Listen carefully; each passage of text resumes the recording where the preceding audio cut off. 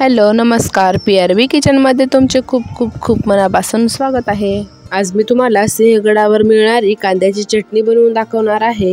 ही चटणी अगदी झटपट बनवून तयार होते व खाण्यासाठी तर खूप छान अप्रतिम अशी लागते। त्यासाठी मी इथे 2 मोठे कांदे बारीक कट करून घेतलेले आहेत। कांदे परत हाताने मोकळे करून घ्यायचे।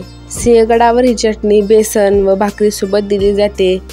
कांदे छान मोकळे करून झाले की यामध्ये 2 चमचे लाल तिखट घालायचं। लाल तिखट तुम्ही तुमच्या आवडीनुसार कमी जास्त घालू शकता।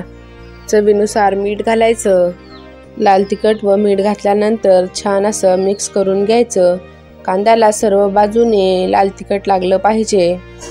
ही चटणी जेवणाच्या टाइमला बनवली जाते। जास्त वेळ ही चटणी टिकत नाही, त्यामुळे जेवणाच्या वेळी अगदी झटपट बनवून खायची। ही चटणी बनवण्यासाठी खूप सोपी आहे।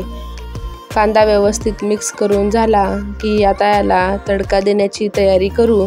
तडका देण्यासाठी मी इथे एक पॅन घेतलेला आहे। त्यामध्ये 2 ते 3 चमचे तेल घालायचं।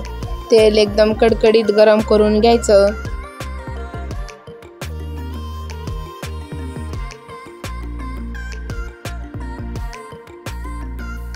तेल छान गरम झालं की त्यामध्ये आता चिमूटभर हिंग घालायचं। हिंग छान तडतडलं की लगेचच ते कांद्यामध्ये टाकायचं व सर्व तेल कांद्यामध्ये मिक्स करून घ्यायचं।